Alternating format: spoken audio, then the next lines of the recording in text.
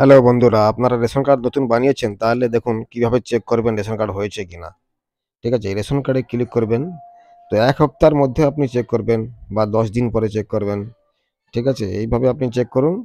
এই দেখুন এখানে রেশন কার্ড আছে, এখানে ক্লিক করবেন। তারপর দেখুন যে নাম্বারটা আপনার রেশন কার্ডে দেওয়া আছে, যেই নাম্বারে আপনার রেশন কার্ড ধরলে যে মেসেজ আছে, সেই ফোন নাম্বার কিন্তু দিয়ে চেক করতে হবে।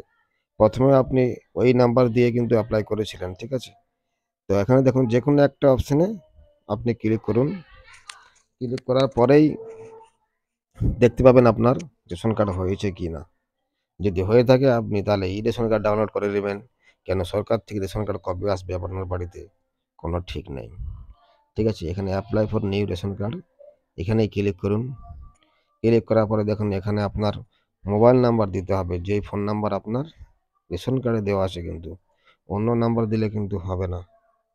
ঠিক আছে, যেই নাম্বারটা আপনার আধার কার্ডের সঙ্গে যুক্ত করা আছে, সেই নাম্বারটা কিন্তু রেশন কার্ডও যুক্ত করবেন, যদি যুক্ত করা না থাকে। তো আপনি এখানে আপনার ফোন নাম্বার দিয়ে দিবেন। বারবার বলছি যে এই নাম্বারটা আপনার রেশন কার্ডে দেওয়া আছে, অ্যাড করা আছে। ঠিক আছে, এখানে ফোন নাম্বার দেওয়ার পরে ওটিপি আসবে, ওটিপির সঙ্গে সঙ্গে চলে আসবে। এখানে ওটিপি দেওয়ার পরে প্রসিড করবেন। প্রসিড বাটনে ক্লিক করার পরে দেখুন কি দেখাচ্ছে। তো বন্ধুরা, আমার ভিডিওটা একটু লাইক করে পাশে থাকবেন। আরও ভালো ভালো ভিডিও দেখার জন্য চ্যানেলটিকে সাবস্ক্রাইব করে রাখবেন। এই দেখুন এখানে ৪ নম্বর ফর্ম দেখাচ্ছে, দেখুন কালার কিন্তু চেঞ্জ হয়ে আছে, তার মানে কি আপনার রেশন কার্ড অ্যাপ্লাই করেছিলেন। যে এখানে চেক করলে দেখাবে, দেখুন এখানে সাকসেস, এই যে টিক মারা আছে, তার মানে আপনার রেশন কার্ড এই দেখুন তৈরি করা হয়েছে।